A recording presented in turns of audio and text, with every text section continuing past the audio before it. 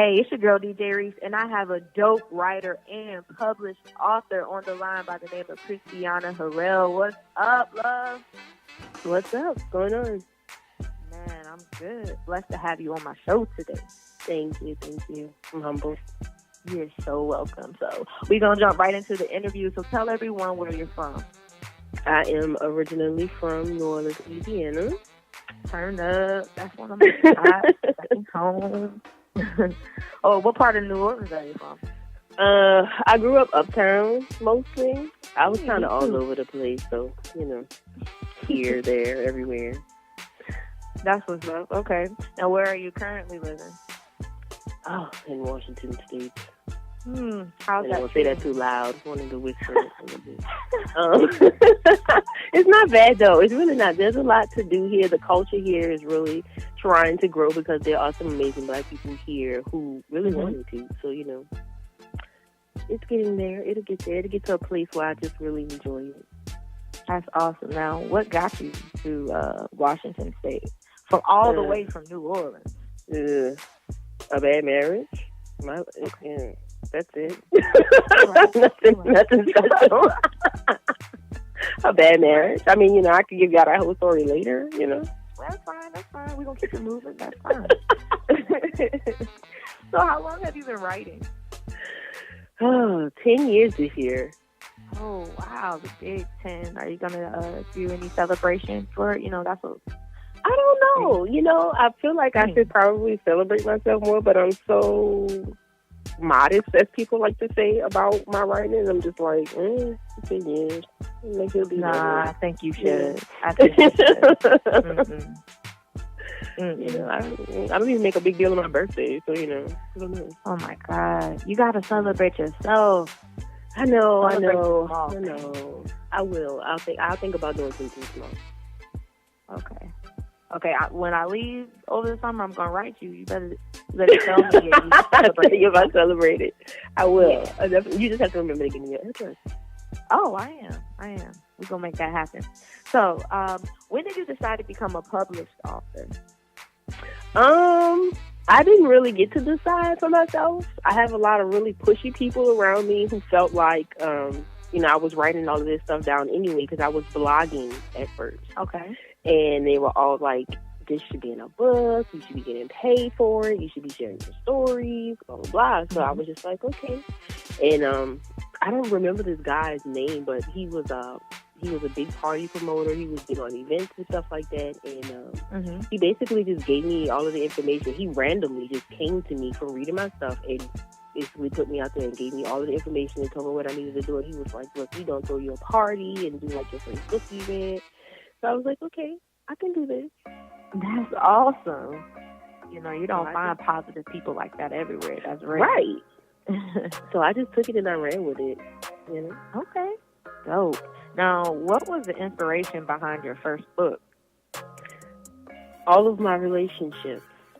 I was with this woman for 5 years, and she just made my life interesting, both good and bad. And I was like, what? I'm going to write about this. I'm going to tell everybody about it. I didn't want to put her name out there, but there had to be a way for me to talk about it without actually putting it out there in like a biographical way. So I was like, you know what? I'm just going to get into fiction writing and write about it. So nice. That's what I did. And look how far it's brought you now. I know, and I hope that she hears my name everywhere and she doesn't like it. Good. That's how I feel too. You just have no idea. Actually, you do, because you feel the same way I do. So. Exactly. Yeah. So I've been on your website, and I'm about to plug it in for you. www.christianaharrell.com. Y'all make sure y'all go to that after this interview. Do that. Yes, they want to. They want to because they listening. So they don't have to. And I read your blog called Trans Blues, and I definitely agree with some of your points that you brought up. And I know that there are many forms of gender, as you discuss in your blog. There's a spectrum that people can fall under or whatever. Yeah. For people who really don't understand that concept, can you explain to them what that really means? Yeah. So there's always this huge argument, obviously centered around trans people, about whether or not it's, because they stick them in that LGBT category, which I really don't think they belong in, because it's not sexuality, it's identity. Right. And to me, with identity, it's as simple as me wanting to be called by a nickname, So I don't understand why it's so hard for some people, which I don't try to change people's minds. That's on them. It's really, to me, about respect. If I tell you to call me Chris because I don't like my name Christiana, are you going to continue to call me Christiana? No. As my friend and somebody who respects me and cares about me, you would say Chris. So it's really just, to me, about identity, and I don't think that people really have done the research to understand what's happening and all that.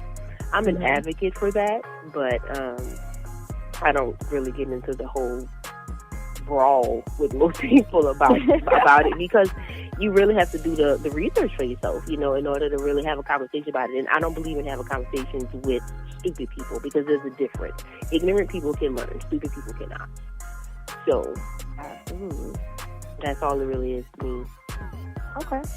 What struggles or challenges have you faced while you've been writing over these 10 glorious years? Oh man, so many. I think every writer goes through like those kind of ups and downs. Like at the beginning, it was kind of like, how do I build traction and how do I get people to read this?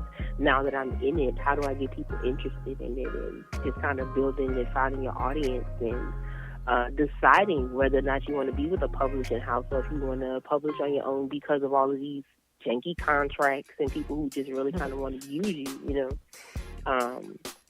and then you go through kind of a moment where you kind of lose your inspiration and you feel like maybe I shouldn't be doing this, because any art form is a struggle.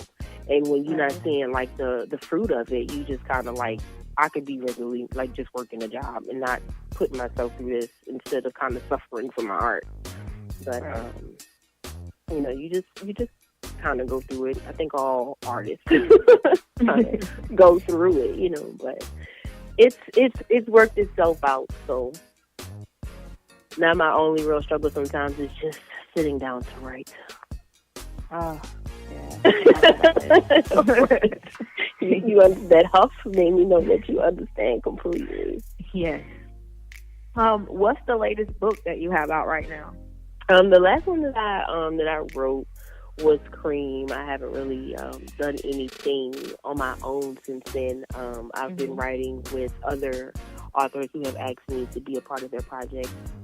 So, but Cream was the last one that I wrote, and I've just been doing other inspirational things like what is the name of this book? Songs of Yemaya was the last collaboration that I did that I really enjoyed doing, because it was like a collective of Black women telling their story. So I really love that. That's dope. Now, what's Cream about? Can you give us a little synopsis, maybe? Yes.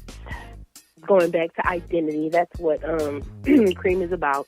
It's about this woman who's basically just finding herself. She's an orphan, and she basically just tries to kind of wiggle her way through life, figuring out if she should be like a feminine woman, a more masculine woman, who she is at all, because she didn't know her parents, and she grew up in this home with this woman who was not very nice to her and really just kind of used her a lot once she got older. So it's really just a book about identity and kind of finding yourself, honestly. Okay. Now, when can we expect another book from you? Because you just said this year.